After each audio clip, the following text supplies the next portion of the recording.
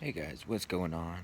I need to catch up on my Mandalorian reviews. So, I'm gonna do episode 6 and episode 7.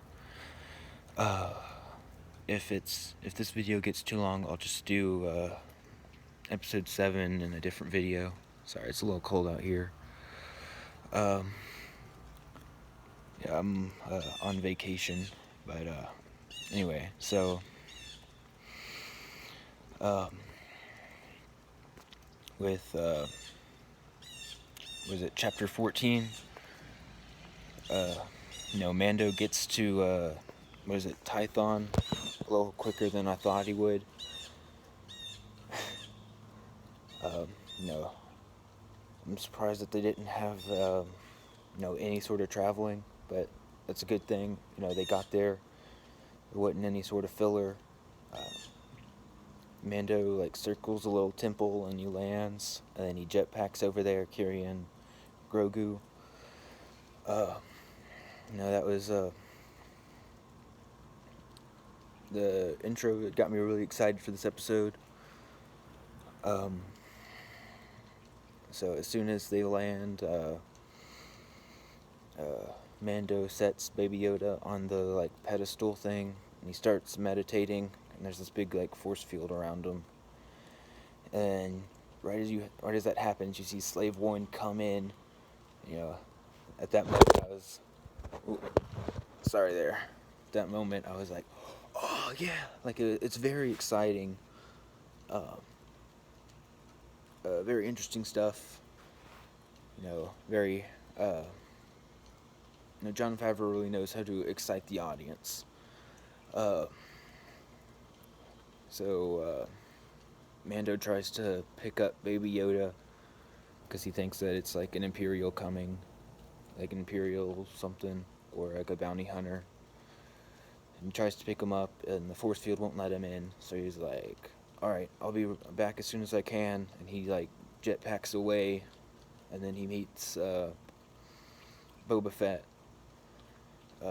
coming out of Slave One. Although they haven't said the name of his ship yet. Um,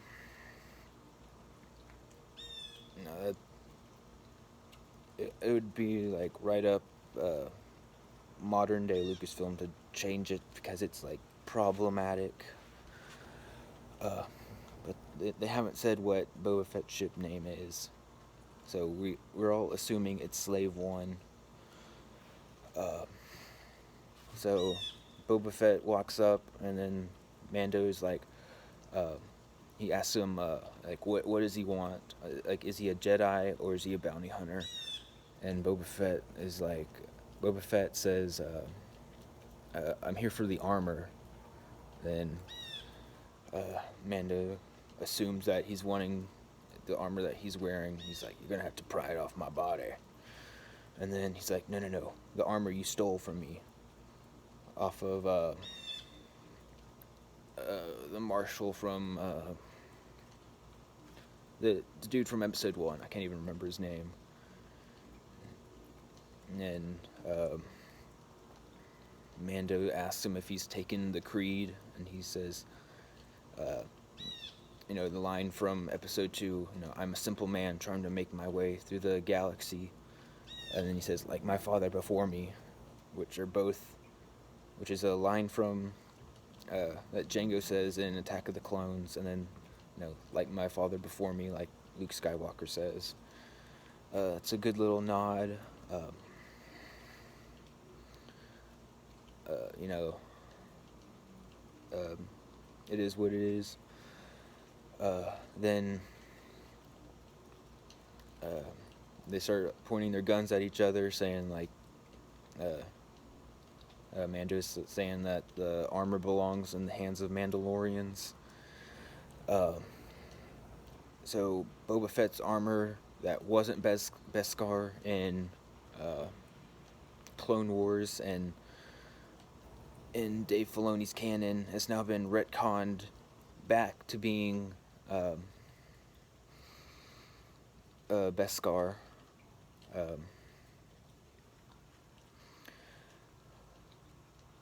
So where was I? Oh yeah. So while they're talking and they're pointing guns at each other, uh, that sharpshooter from, I think it was episode 5, season 1, that uh, Mando teams up with the guy trying to get into the Bounty Hunters Guild. She's back. Boba Fett like made her a cyborg. She like opens up her stomach and you see all these like gears and pumps and stuff. Um, but you see her up on the rock and she's aiming at Baby Yoda. So they all start putting their weapons down. And then, they're all pointing weapons at each other. And then Mando shows that he has one of those. Shoot, I can't remember what they're called. The little wrist thing that like goes out and kills. You know, he used it to kill like squads of stormtroopers, and he used it in 2 different episodes. But anyway, so when Boba Fett sees that, he's like, okay, let's just talk. Let's put our weapons down. So he puts his weapons down and makes sharpshooter lady put her weapons down. And he makes them Mando put his jetpack down. Like right as soon as this scene happens, it's very obvious that the writing needed um, needed Mando to not be able to get somewhere very quickly. They needed him to be stuck on the ground and just not be able to have the mobility that the jetpack would give him. So, like, it was very clear what this scene was trying to do. You know, they didn't make him like take off anything. They didn't make him like put his weapons down. Now maybe it's because, you know, you can't take off all the armor like very easily. And maybe it's, you know, it's in like a kind of gray area, but it didn't make a lot of sense. So as soon as he puts the jetpack down, you see a ship of stormtroopers start to land, and then Mando just takes off running up the hill to where the like Jedi temple thing is, where Grogu is sitting, and then Boba Fett and Sharpshooter Lady go and attack these stormtroopers.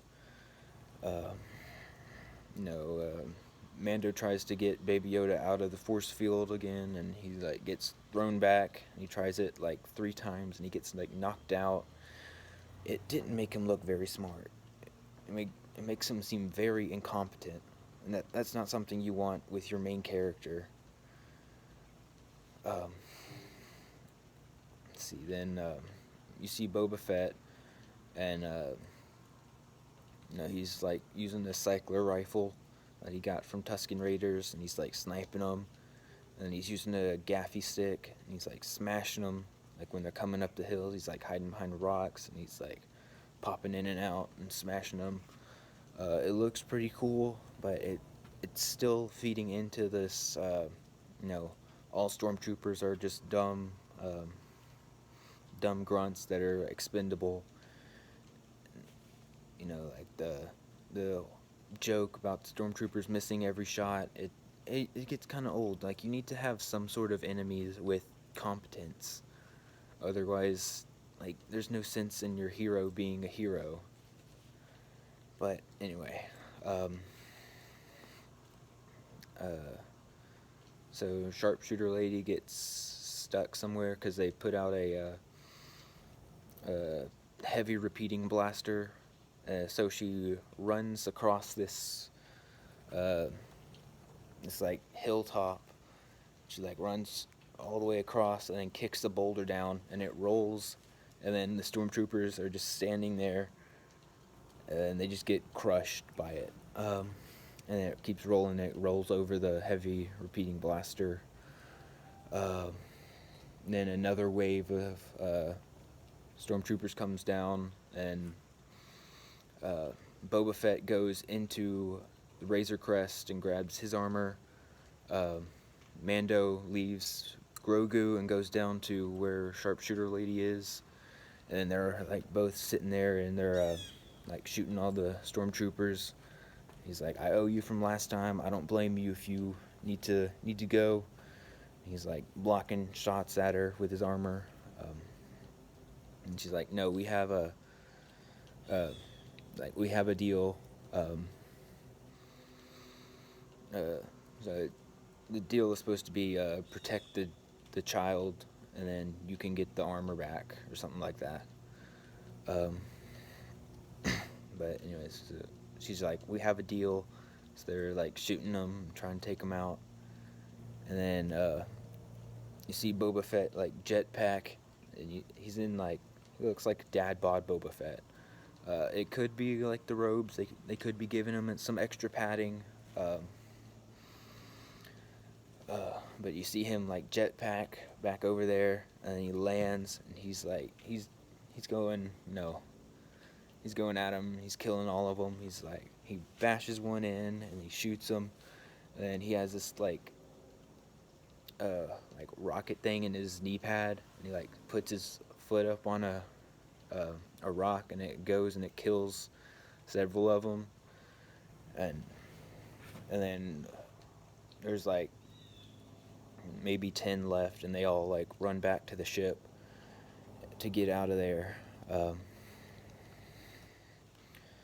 then they think they've won, and then you see a big laser beam come down, and it incinerates the Razor Crest, and then Boba Fett's like, I gotta get back to my ship, so he jetpacks back to his ship, and then Mando's like, the child, they're after the child. So because he doesn't have his jetpack, he has to run up the hill to get to him, and by the time he gets there, these dark troopers have come down and grabbed him and flown back up. So Boba Fett is in Slave One, and he's following them. He's trying to see where they're taking him, and then he can't engage him because he might kill Grogu. So he sees where they're going, and he sees Moff Gideon's Imperial cruiser, and he's like, the Empire, they're back. And he's like, this isn't a spice dream. Sorry, that's a terrible impression, but seeing one light cruiser doesn't mean the Empire's back. I mean, in this new canon, it's clear that there's little Empire warlords and remnants still stuck out in the Outer Rim.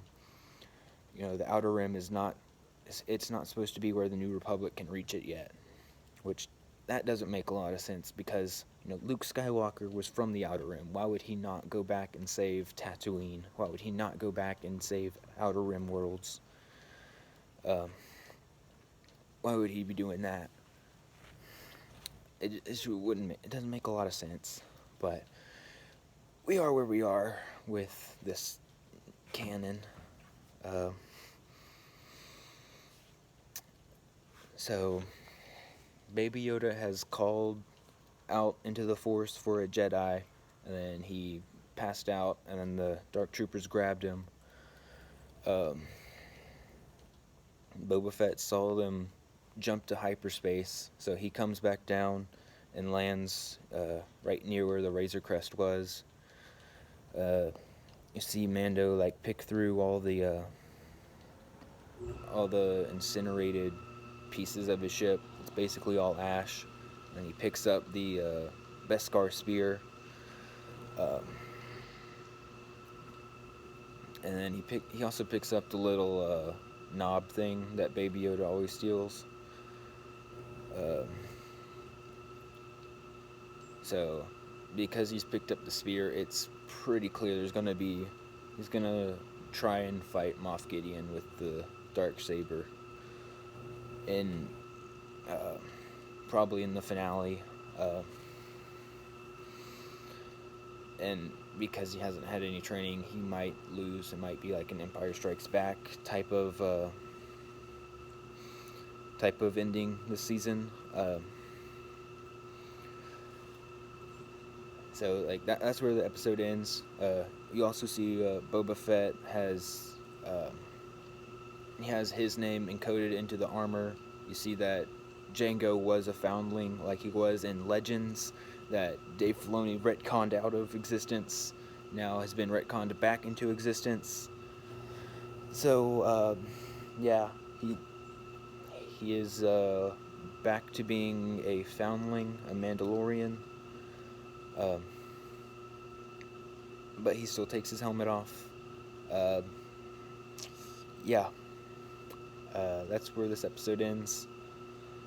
Uh, I mean, so the better these episodes seem to be, the more it seems to want to break the lore of Star Wars.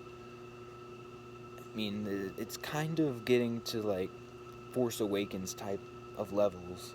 You know, it's really good when you watch it and you don't think about it, but the minute you start thinking about it, it starts falling apart a little bit.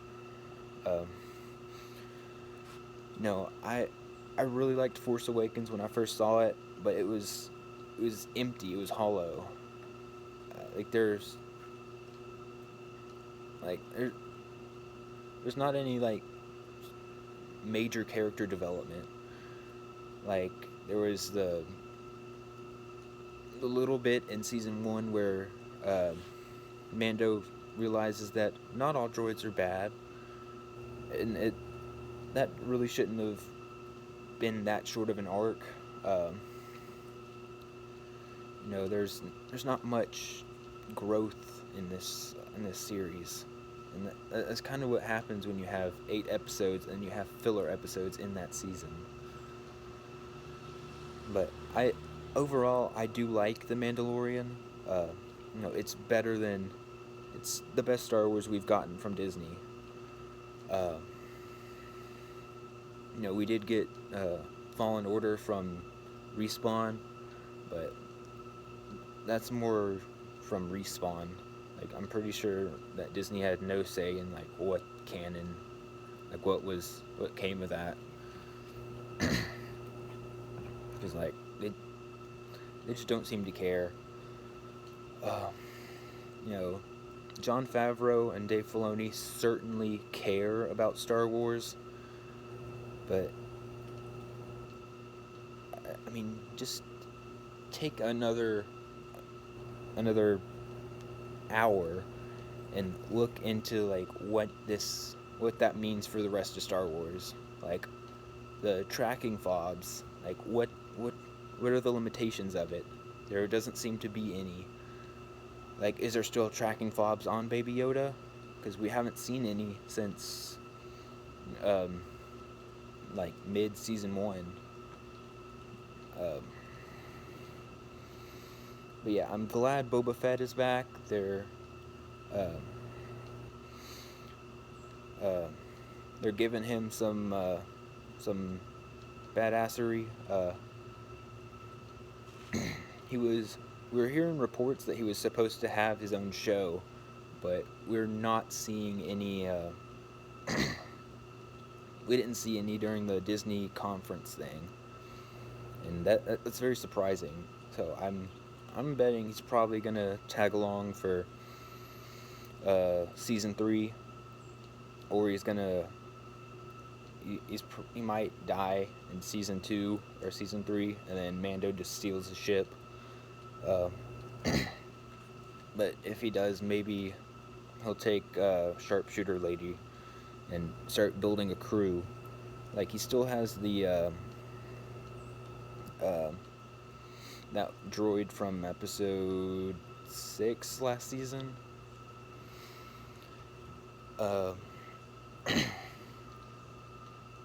So yeah, I thought overall the episode was enjoyable.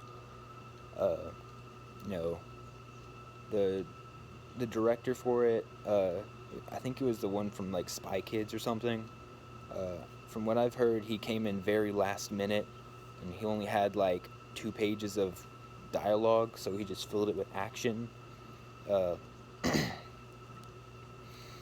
The special effects were very good.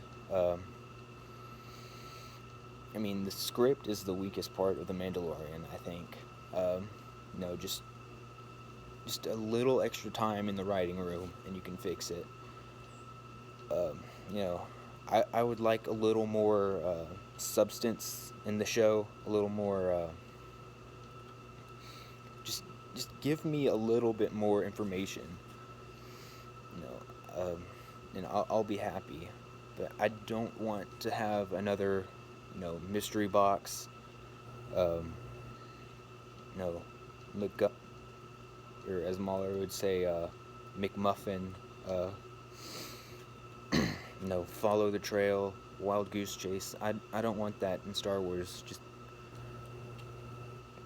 give me someone with a goal and let them achieve that goal. But overall, I really like this episode. You know, um, let me think. What else? But directing like wasn't that bad. You know, the camera angles were pretty good. The action scenes overall pretty good. It could have been choreographed a little better, but with such little time, like it's understandable. Ooh. All right. Well, that's what I thought. Let me know what you thought down below. Comment, like, share, subscribe. Do all the things. Till next time. Peace.